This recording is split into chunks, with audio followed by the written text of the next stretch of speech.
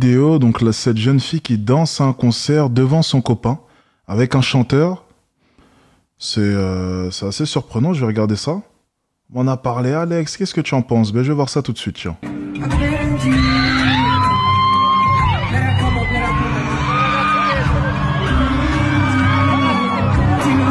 Ok, donc là on a vu son copain qui est avec elle.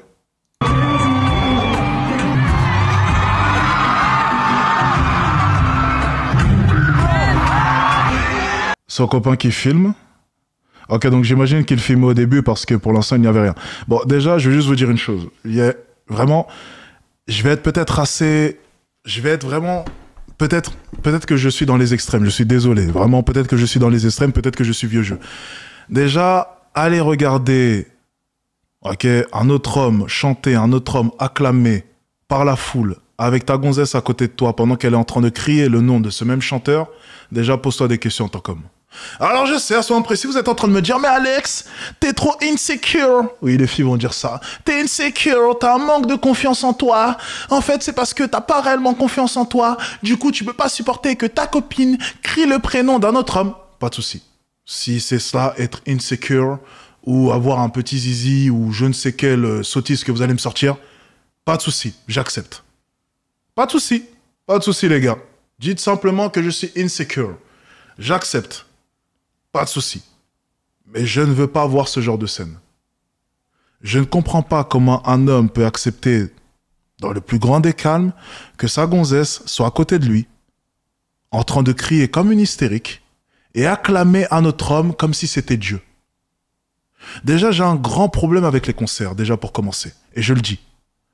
Comment est-ce que des milliers et des milliers de personnes peuvent se réunir autour d'une personne et l'acclamer, le vénérer comme si c'était un Dieu? Même en face de vos propres parents, vous n'éprouvez pas autant, comment dire, autant d'envie. Vous n'êtes pas autant hystérique, vous n'acclamez pas autant, vous ne respectez pas autant.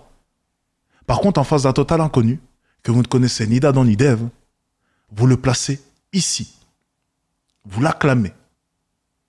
Pendant des heures et des heures. Vous l'écoutez encore et encore.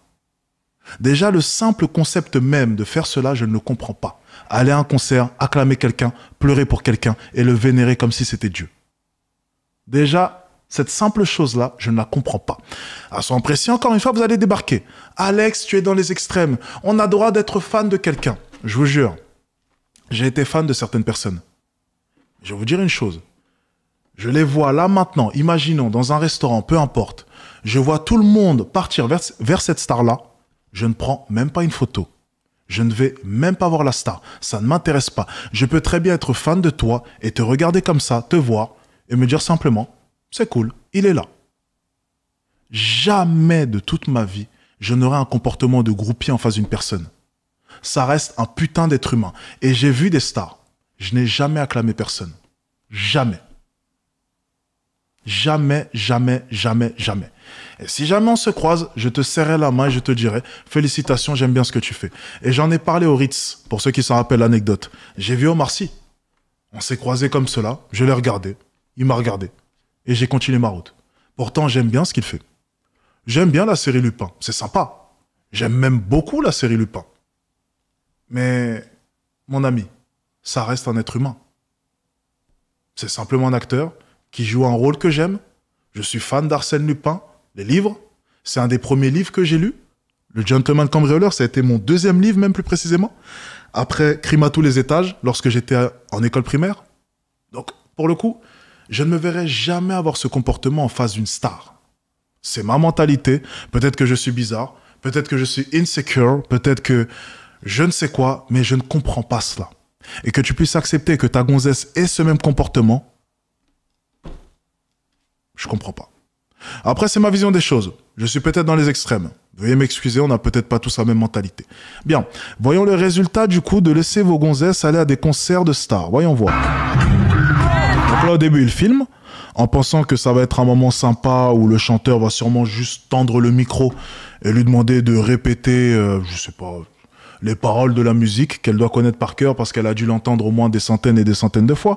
Voyons maintenant ce qu'il va se passer. Ok, je comprends pourquoi est-ce que vous vouliez que je voie cette vidéo.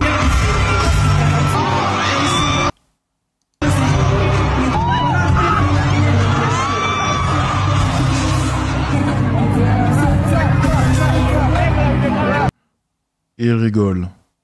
Ah, il rit jaune, je pense. Attendez, on va mettre retour en arrière. C'est pas possible.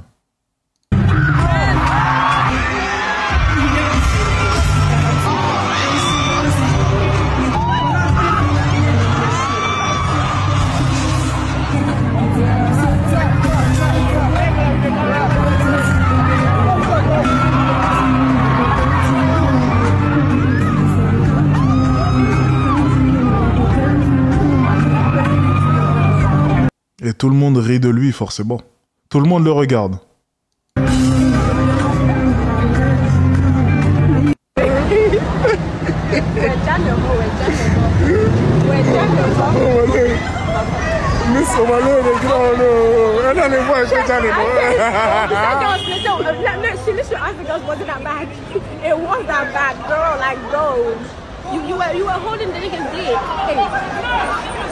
Elle lui a dit, franchement, c'était vraiment mauvais ce que t'as fait. T'étais clairement sur la partie du bas de l'homme, quoi. T'étais en train de...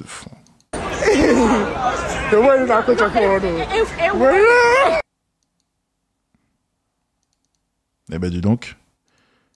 Eh ben, dis donc. Vous savez, ça me surprend pas tant que ça. On avait eu le cas, notamment avec un chanteur français. On avait analysé ça. Un chanteur français qui avait fait un concert en Afrique. On avait analysé ça d'ailleurs sur la chaîne. Ça s'était passé à peu près pareil. Hein. C'était à peu près la même chose aussi. Le copain était dans la foule. Moi, ça ne me surprend pas. Lorsque tu es un homme et tu acceptes ce genre de choses, selon moi, déjà, ça en dit long. Ça en dit vraiment, vraiment, vraiment long. Je suis même pas surpris. Je ne suis même pas un peu surpris. Écoutez, les amis, vous pouvez me traiter d'extrémiste, ok? Vous pouvez par moments dire « Alex, tu abuses, Alex, tu abuses, Alex, tu abuses ». Pour moi, les règles sont très simples. Ta gonzesse, elle n'a pas à partir en vacances sans toi. Elle n'a pas à aller à un concert, ok? Allez, un concert. Déjà, qu'est-ce qu'elle va foutre dans un concert? Mais pas de souci. Elle n'a pas à devenir hystérique, ok? Vis-à-vis d'un autre homme, même si elle est fan de lui. Ok? C'est une marque, excusez-moi, c'est une marque de respect, et c'est de l'irrespect de le montrer devant toi. C'est irrespectueux pour une femme de crier le nom d'un autre homme à tes côtés. C'est irrespectueux, oui.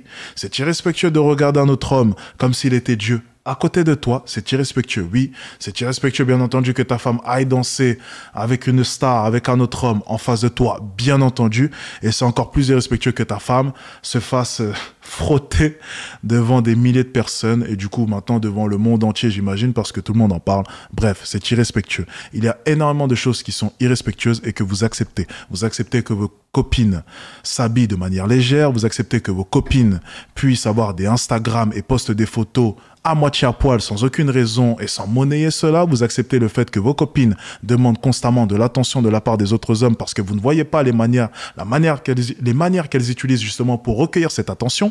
Vous acceptez tout un tas de choses. Vous acceptez les meilleurs amis. La liste est tellement longue. Vraiment, la liste est tellement longue. Donc, vous savez quoi? Je vais vous laisser dans vos conneries. Et je vais continuer à vous laisser me traiter d'extrémiste. Mais à la fin de la journée, je vais vous jurer une chose. C'est que vous allez être déçus. Tellement déçus. Vous n'êtes plus exigeant. Vous acceptez tout et n'importe quoi. Vous n'êtes pas assez sélectif. Et ça, c'est une réalité. Vous êtes de moins en moins sélectif. Vous acceptez tout type de femme. Vous n'êtes pas exigeant. Et c'est une terrible réalité. Soyez exigeant. Vraiment exigeant. Il faut que tu sois en mesure de pouvoir identifier la femme de tes rêves. Dans ta vision des choses, il faut que tu sois vraiment en mesure de pouvoir savoir, selon toi, c'est quoi une vraie femme? C'est quoi une vraie femme selon toi? Comment est-ce que tu peux voir ta mère, qu'elle de son côté se couvrait, n'osait pas s'exposer, et à côté de cela, marier une femme qui est tout le contraire de ta mère à ce niveau-là? Une femme qui s'expose. Une femme qui recherche de l'attention. Des fois, je ne comprends pas la manière dont vous fonctionnez. Mais en fait, c'est très simple. C'est parce que vous dites simplement une chose. C'est 2024. Le monde a changé. Et je suis sûr que vous avez exactement ce genre de pensée. Eh bien, je vais vous dire une chose. Si vous acceptez le fait que ce soit 2024 et que le monde ait changé, il faut aussi accepter une autre chose. C'est que ta femme qui s'expose, elle n'a pas changé qu'au niveau de l'accoutrement. Elle a changé aussi dans d'autres aspects. Donc, tout ce qui est tromperie, tout ce qui est le fait de pouvoir parler avec d'autres hommes dans ton dos, tout cela, il faut le prendre en compte aussi. Mais votre problème, c'est que j'ai l'impression par moment que dans votre esprit, il n'y a que l'aspect accoutrement, que l'aspect s'exposer, que l'aspect même pas rechercher l'attention parce que vous n'y pensez même pas. Il n'y a que quelques aspects qui sont à prendre en compte. C'est 2024, elle peut s'habiller comme elle veut, le monde a évolué, oui. Effectivement, les femmes ont évolué, leur comportement aussi, mais à tous les niveaux. Pas seulement que vis-à-vis de l'accoutrement. Si c'est une femme qui a évolué avec son temps, elle a évolué aussi au niveau de ses rencontres, au niveau de sa recherche de l'attention, au niveau de ses options et au niveau de la tromperie aussi. Pensez à tout cela. Pensez à tout cela, les amis. Vous ne voyez que la partie émergée de l'iceberg, mais vous ne voyez pas tous les problèmes qui sont enfouis derrière une femme moderne. Faites attention, les amis. Faites attention. Mais vous ne pouvez pas venir là devant moi. Et je vois certains hommes venir pleurer devant moi. Alex, ma copine m'a trompé. Je regarde la copine. Je prends mon carnet. Je regarde la copine. Elle est habillée comme une pute, là, non? Oui, mais... non, il n'y a pas oui, mais. Regarde son accoutrement. Elle répond du coup aux critères d'une femme moderne. Elle aime s'exposer. Donc, femme qui s'expose est égale pute. Fin d'aventure. C'est beaucoup plus simple comme ça. Alors, sans précis, vous êtes en train de me dire « Alex, tu es un extrémiste. Une femme qui s'habille de manière légère et qui s'expose en mettant des mini-jupes et un décolleté plongeant, ce n'est pas forcément une pute. » Pas de souci. Dans ce cas-là, je t'invite à la marier. Et ensuite, après, tu me feras un retour sur expérience. Ok? On fait comme ça. Pour ce qui est de nous, nous ne sommes pas là pour jouer à la loterie avec nos enfants, parce que oui, aux dernières nouvelles, elle est censée porter ton enfant, et donc on va se baser sur l'apparence. Dans mon carnet, il est écrit une chose, si elle porte un décolleté plongeant, si elle porte une mini-jupe, si elle met des burgers sur ses tétons, hein, Dixit, l'influenceuse de tout à l'heure, c'est une pute. Voilà. Ça, c'est mon carnet. Aussi simple que ça. Ensuite, au bout de 3 semaines, 1 mois de relation, le fameux test. Tu prends son téléphone. Si elle refuse de te donner son téléphone, c'est une pute. C'est écrit dans mon carnet. Hein. C'est écrit, c'est là. Si elle refuse, au bout de 1 mois de relation, les gars, c'est au bout de 1 mois, vous attendez 30 jours. Lorsque vous officialisez votre relation, vous attendez 30 jours. 30 jours. Parce que sinon, trop facile de vous manipuler. Mais ça fait seulement 3 jours qu'on est ensemble, laisse-moi le temps de... Et vous allez vous faire avoir vu que vous êtes con. Vous allez dire, ah oui, c'est vrai qu'en même temps, ça fait que 3 jours. Vous êtes con. Bien, laissez 1 mois. Vous faites passer 1 mois, vous êtes officiellement en couple, vous prenez son téléphone, si elle refuse de donner son téléphone, c'est une pute. Fin de relation. Peu importe si tu l'aimes, peu importe si tu es prêt à prendre une balle pour elle, c'est pas le sujet. Souffre en silence et ferme ta gueule. C'est une pute, tu la dégages. C'est écrit dans mon carnet. Je suis désolé, c'est écrit. C'est écrit. Donc, il y a tout un tas de règles écrites dans mon carnet. Et tu ne fais aucune exception. Il n'y a pas d'exception à faire. Si elle ne veut pas donner son téléphone, c'est une pute. Ne crois pas en ces histoires de vie privée. Elle ne travaille pas pour la CIA. C'est pas un agent secret. T'as pas marié un agent secret, non. T'as marié une pute.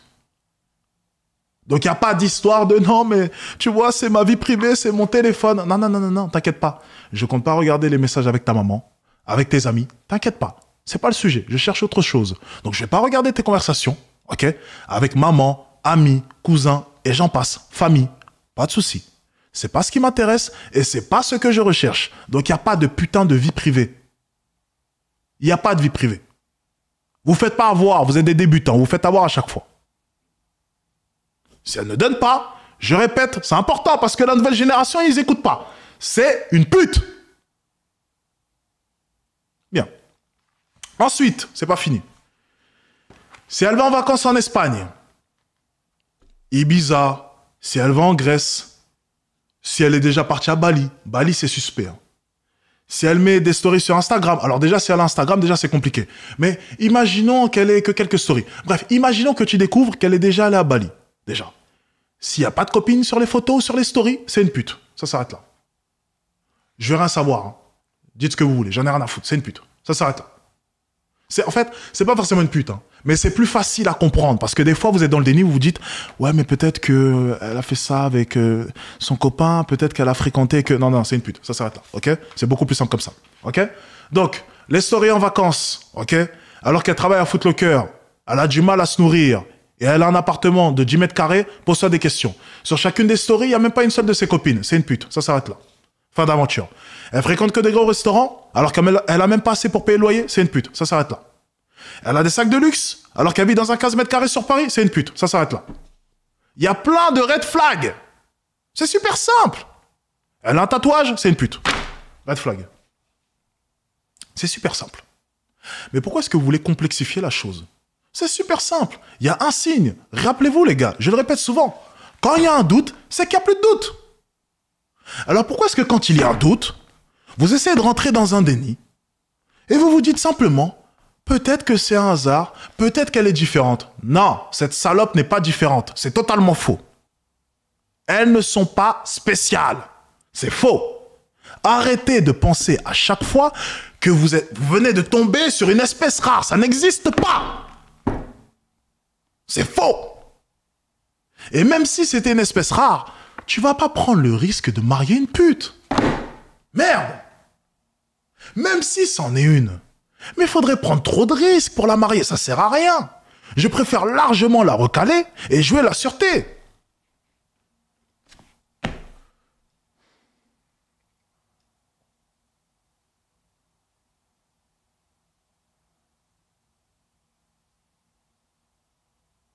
Et là, il y a les mecs qui comprennent pas. Un tatouage, c'est une pute, mais t'as pété un câble. Ok, just one question. Vous avez déjà vu une vierge tatouée? One question. No cap. Est-ce que quelqu'un peut répondre? Est-ce que vous avez déjà vu une vierge tatouée? No cap.